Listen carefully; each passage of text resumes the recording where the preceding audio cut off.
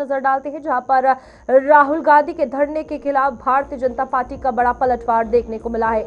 आज जम्मू में राजीव भवन का घेराव भारतीय जनता पार्टी करेगी और प्रदर्शन में शामिल होंगे प्रदेश इकाई के कई वरिष्ठ नेता।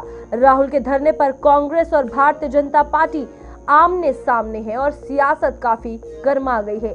दिल्ली में प्रधानमंत्री आवास के बाहर कांग्रेस नेता राहुल गांधी के धरने को लेकर सियासत तेज हो गई है। राहुल गांधी के प्रदर्शन के विरोध में भारतीय जनता पार्टी ने भी मोर्चा खोल दिया है। भाजपा की जम्मू कश्मीर इकाई आज जम्मू में कांग्रेस मुख्यालय राजीव भवन का घेराव करेगी। ये प्रदर्शन दोपहर में आयोजित किया जाएगा, जिसमें प्रदेश भाजपा के कई वरिष्ठ नेता और कार्यकर्ता शामिल होंगे। भाजपा का आरोप है कि कांग्रेस जनता को गुमराह करने की राजनीति कर रही है, जबकि कांग्रेस अपने आंदोलन को जनहित से जुड़ा बता रही है। दोनों दलों के आमने सामने से राजनीतिक माहौल और गर्मा गया है और इस बीच लगातार अब कई बड़े सवाल खड़े हो रहे हैं।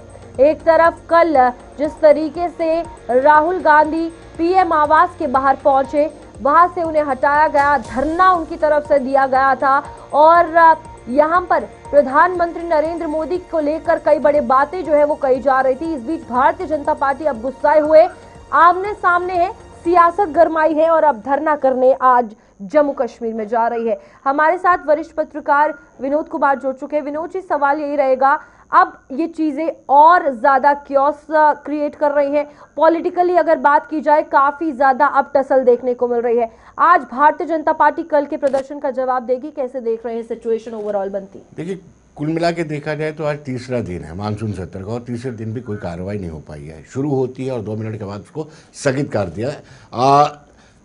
अब जब कल कांग्रेस ने प्रदर्शन किया था पीएम आवास के बाद, उसके बाद से बीजेपी ने ये मन बना लिया था कि वो अब कांग्रेस के खिलाफ प्रदर्शन करेगी। अब पूरे देश में ये प्रदर्शन हो रहा है और आज जम्मू में जो कांग्रेस का पीसीसी का मुख्यालय है उसका घेराव बीजेपी के लोग करेंगे।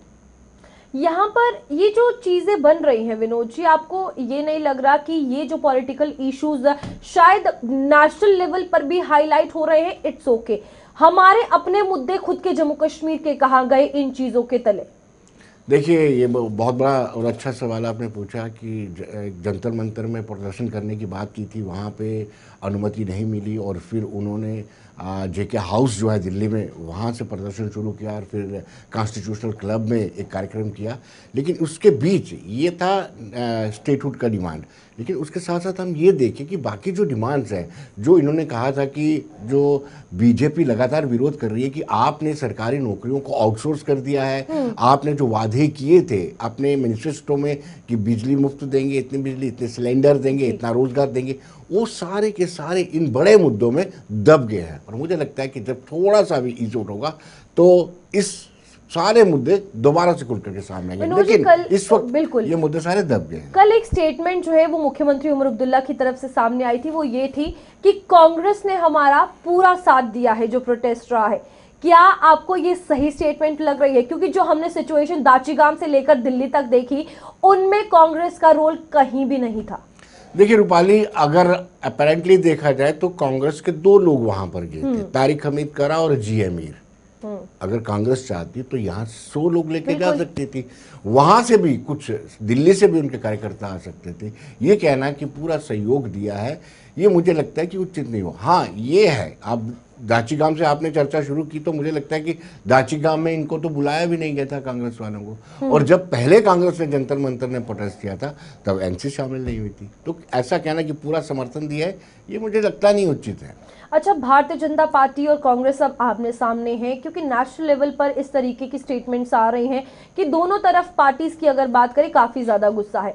इस बीच जम्मू कश्मीर हम लगातार बात कर रहे हैं, आज यहाँ पर भारतीय जनता पार्टी प्रदर्शन कर रही है, लेकिन यहाँ की चीजों को लेकर खासतौर पर बात की जाए, बहुत सारी ऐसी चीजें हैं। 370 की जैसे बात की, कल साफ तौर पर कहा गया कि केंद्र सरकार हमें नहीं देगी, उमर अब्दुल्ला ने कह दिया है। इसके साथ साथ ये कहा कि स्टेटहुड मांगते हैं तो कहीं ना कहीं 370 को लेकर बात की जाएगी। ये भी कहा कि भारतीय जनता पार्टी यहाँ पर बहुत से ऐसे पैसे, बड़े बड़े फंड्स थे जो लाए गए, लेकिन उनकी तरफ से केंद्र सरकार ने उन्हें कहीं ना कहीं उन प्रोजेक्ट्स को पूरा नहीं किया। हमारी सरकार क्या करे? ये चीजें जो सिचुएशन बन रही है, Congress, national conference, Bharatiya Janata party, ये तो सब रायता फैल रहा है, मुझे लग रहा है। बिल्कुल आपने ठीक कहा रूपाली की रायता फैल रहा है, लेकिन सच्चाई ये है कि कांग्रेस सरकार के पास जितने महकमे हैं एटलीस्ट उन पे तो कोई काम करे। बिल्कुल। यानी मान लिया जाए कि पुलिस एलजी देख रही है, एलजी ऑफिस देख रहा है, लेकिन जो बाकी डिपार्टमेंट में उसमें तो काम होना चाहिए। अभी हाल की बारिश में आपको देखा है कि सारा कच्चा चिट्ठा खुल गया है। पुंछ 3 दिनों से पावर नहीं है वहाँ पे। आपने देखा होगा किस तरीके से पानी वाटर लॉगिंग हो रही है। एक तो होता है नेचुरल क्लैमिटीज, एक इनकी गलतियों की वजह से, बट जो वाटर लॉगिंग होती है मतलब आपने निकासी का काम नहीं किया है। जो महकमे आपके पास हैं एटलीस्ट उन पर काम कर दिए। इसको ढाल मत बनाइए कि एलजी के पास पावर्स हैं या दिल्ली हमें पावर्स नहीं दे रहा है, स्टेटहुड नहीं है। इसको ढाल मत बनाते हुए जो लोगों ने विश्वास करके आपको वोट दिया है उसकी कीमत तो चुकाई है। ठीक है विनोद जी, बहुत बहुत शुक्रिया आपका ज्वाइन करने के लिए। इसी बीच एक और बड़ी खबर